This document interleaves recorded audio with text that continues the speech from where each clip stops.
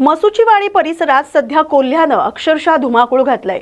भर दिवसा झालेल्या हल्ल्यात 7 जण जखमी झालेत। त्यामुळे संपूर्ण परिसरात भीतीचं सावट पसरलंय। वन विभागानं तातडीनं शोध मोहीम हाती घेतली असली तरी अद्याप हा हिंस्र कोल्हा जेरबंद झालेला नाही। मिळालेल्या माहितीनुसार मसुचीवाडी येथील विक्रम जनार्दन देशमुख हे आपल्या घराच्या पाठीमागे काम करत असताना दबा धरून बसलेल्या कोल्ह्यानं त्यांच्यावर अचानक झडप घातली। या हल्ल्यात त्यांच्या मांडीवर गंभीर चावा घेतला गेलाय। केवळ देशमुखच नव्हे तर या कोल्ह्याने आपला मोर्चा कवठे महाकाळ येथून आलेल्या 2 मेंढपाळांकडे वळवला। त्यांनाही जखमी केल्यानंतर गावातील एका महिलेलाही या हिंस्र प्राण्यानं जखमी केलं। दिवसभरात या कोल्ह्यानं एकूण 7 जणांना जखमी केल्याची प्राथमिक माहिती समोर आली। हल्ल्यात जखमी झालेल्या सर्व 7ही जणांना तातडीनं उपजिल्हा रुग्णालय इस्लामपूर इथं दाखल करण्यात आले। त्यांच्यावर सध्या उपचार सुरू आहेत। त्यांची प्रकृती स्थिर असल्याचं सांगण्यात येतंय। घटनेची माहिती मिळताच वन विभागाचं पथक मसुचीवाडीत दाखल झालेलं आहे। कोल्ह्याचा शोध घेण्यासाठी परिसरात गस्त वाढवण्यात आली।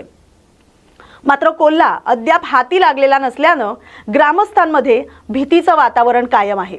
जोपर्यंत कोल्हा जेरबंद होत नाही तोपर्यंत शेतात किंवा निर्जन स्थळी एकटं जाणं टाळावं आणि लहान मुलांची विशेष काळजी घ्यावी आणि काही संशयास्पद हालचाल दिसल्यास तातडीनं वन विभागाला कळवावं असं आवाहन करण्यात आलंय। आज दिनांक 26/2/2026 रोजी आम्हाला मसुचीवाडीमधून एक कॉल आला की काही लोकांना कोल्ह्याच्या हल्ल्यात ते जखमी आहेत।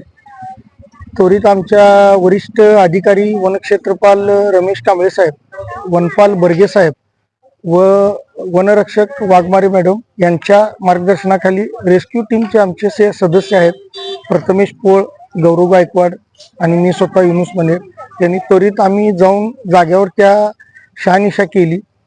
तर सदर ठिकाणी अजून तर कोल्हा काय आम्हाला आढळून आलेला नाही।